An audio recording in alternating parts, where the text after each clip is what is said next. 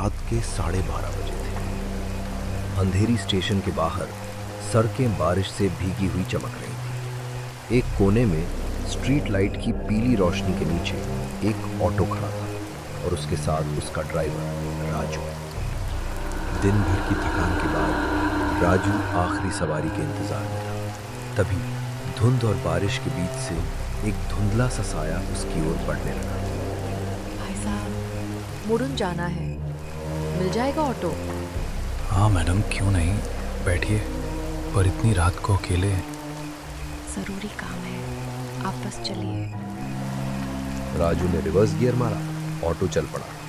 खिड़कियों पर बरसात की बूंदें और पीछे की सीट पर बैठी महिला की परछाई, बस धुंधली सी। आज तो बड़ा अजीब मौसम है ना, सारा शहर घर में बंद है और आप अकेली सफर पर निकली हैं।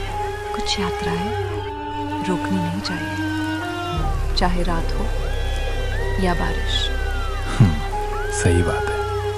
आप मुलुंड में ही रहती हैं? हाँ, मेरा घर वही है, लेकिन आज बहुत दिन बाद लौट रही हूँ। उसके बोलने का अंदाज अजीब था, जैसे हर शब्द के पीछे कोई पुरानी कहानी छुपी हो। राजू ने रियर व्यू मिरर में देखा, पर उसे उसका चेहरा साफ दिखा ही नहीं, बस एक गीला सा दुपट्टा और झुका हुआ सिर।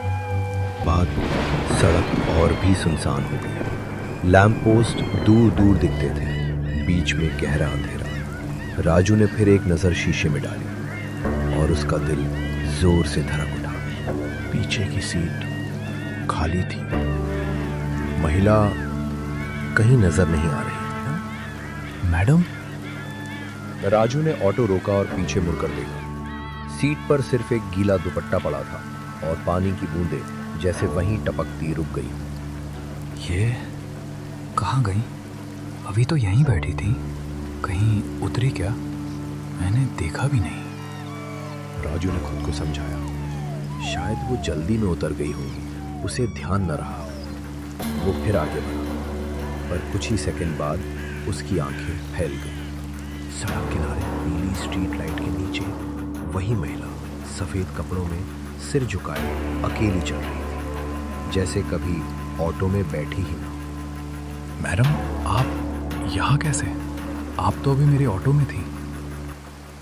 मैं हमेशा पीछे ही रहती हूँ, जहाँ भी जाओ। इस बार जब राजू ने शीशे में देखा, उसे उसका चेहरा साफ दिखा। आंखें जैसे बिना पुतलियों के फीकी, चेहरे पर बारिश की बूंदों से ज्यादा एक अजीब सी जमी हुई मुस्कान।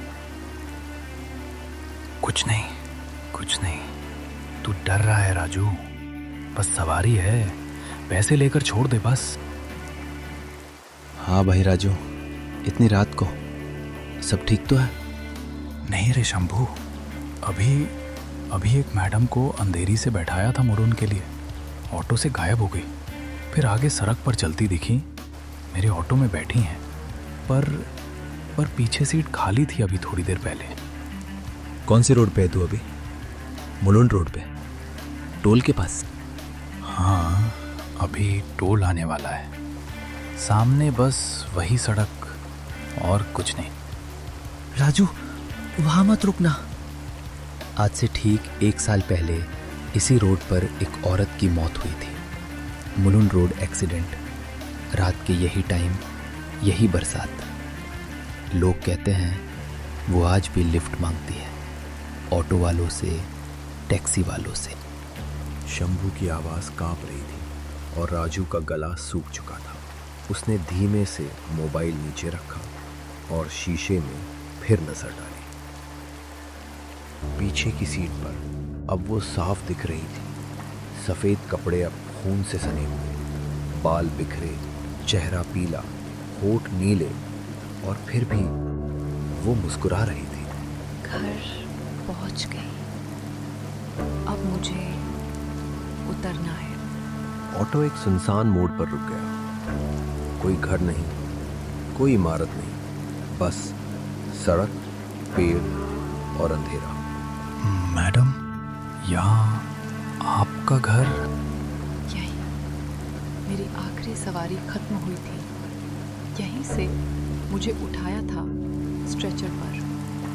उतने में बिजली की एक चमक हुई और राजू ने देखा सड़क के किनारे एक जली हुई मोमबत्तियां, फीके पड़े फूल और एक टूटा हुआ छोटा सा स्मारक। 1 साल से कोई मुझे घर नहीं छोड़ पाया। तुमने कोशिश तो की।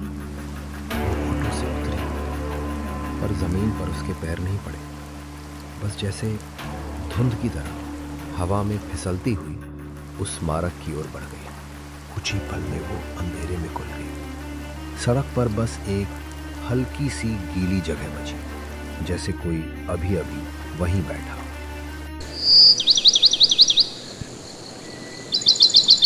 सुबह जब सूरज निकला, पुलिस को मुलुंड रोड के किनारे एक ऑटो खड़ा मिला। ड्राइवर राजू अंदर बेहोश पड़ा था। अरे इसे अस्पताल ले जाओ, रात भर यहीं पड़ा रहा लगता है। साहब, पीछे की सीट पूरी सूखी है, बस ये एक जगह देखिए, यहाँ जैसे कोई बैठा हो। पूरा सीट कवर अभी तक गीला है। पुलिस ने उस नमी को सिर्फ बारिश समझकर नजरअंदाज कर दिया, पर मुलुंड रोड के ऑटो वाले जानते हैं आधी रात को जब भारी बरसात हो और अगर तुम्हारे ऑटो की पीछे वाली सीट पर एक कोना हमेशा गीला रहे तो समझ लो तुम अकेले नहीं।